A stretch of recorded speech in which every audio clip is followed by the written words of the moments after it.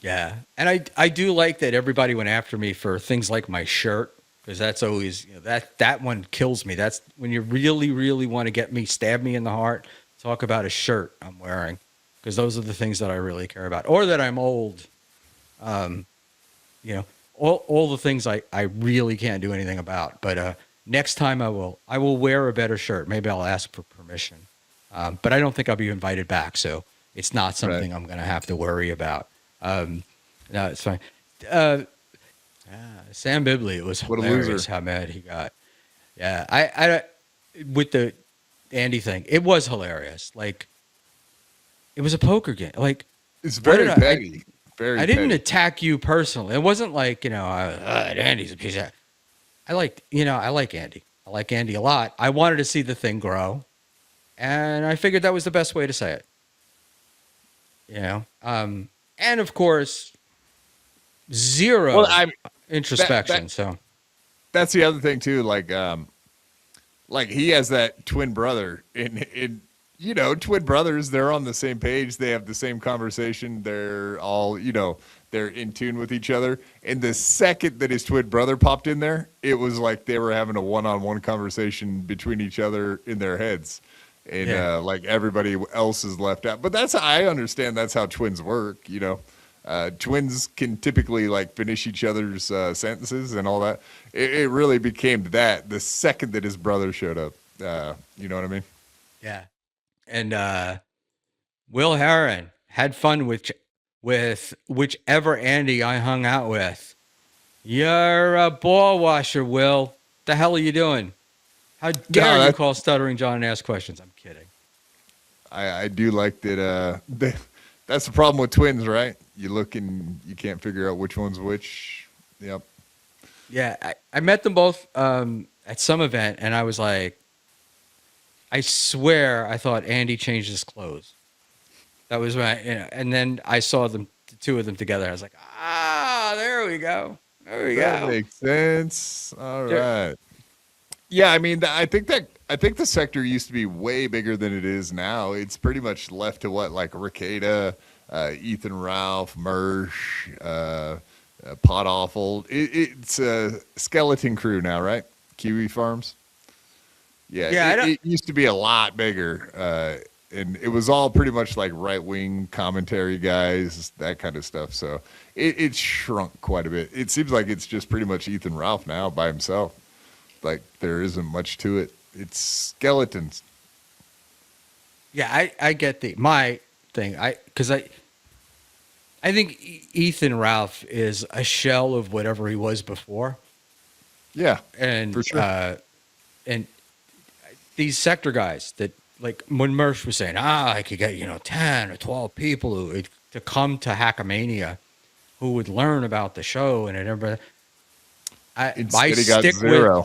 we don't want them, and that's where Yeah. this gatekeeping thing comes in, and not gatekeeping, but it's just like, oh my god, the last thing I wanted to show is a drunken Ethan Ralph and Scarlett. It appears we're going to have that, and I'm okay with it because Scarlett will be there, and that might be fun just to follow her around and live stream her the entire time. I don't know, man. I watched her.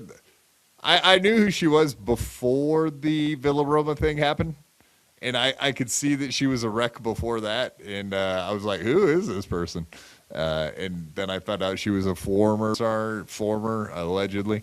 But yeah, and then I seen she went into the right wing grift, was on Chrissy Mayr's show. Yeah, it was interesting. And then she definitely caught my eye during Villaroma, and I was right there.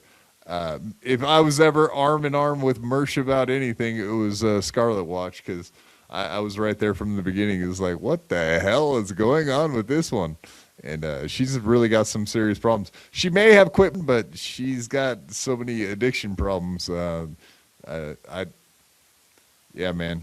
I hope she marries Ethan Ralph and they have kids and live happily ever after. But for some reason, I highly doubt that's going to be the case. But I wish the best for those two kids. So this is actually pretty funny. This is how like stories change. So Be Nice 666 Schmuel wanted to chauffeur Scarlett to Hackamania, I remember that. Yeah, so the original comment I made was when I heard she was going, I said, Jesus, I hope she has a chaperone. And then that went from, I hope she has a chaperone to Schmuel is going to chaperone her. And now I want to be her chauffeur.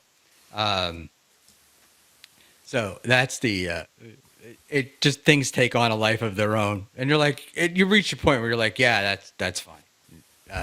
Good Well, luck. that's when it grows, right? That's when the Stevie Lou type situation happens when you go from, oh, he wanted to be your chaperone to, oh, Schmuel wants to sapphic Scarlet. Like, I think I heard that phrase thrown out there, and it was like, what? What? I think that's the first time I heard about it. It was said like that. And it was like, what's going on here? What did Schmuel say? And then we tracked it down, and it was like, oh, he didn't do anything. Never mind. Because Yeah. it has a lifespan of its own, and it turns out that stuff that's not true tends to wither on the vine. It seems that even things that are true wither on the vine very quickly, especially in the Dabbleverse. Depending upon who vine it is. Very true. Yeah, they pick and choose. That is true. Yeah, I'm sure somebody can fix Scarlet. I'm sure one of you guys can fix her. I know. Somebody can do it. Yeah. But that was my thing with Mead in the beginning. Was like he's complaining she's this, she's that. I'm like, dude, she was licking a fucking carpet when you met her, right? Like, what made you think that this was the person to take home and have a life with?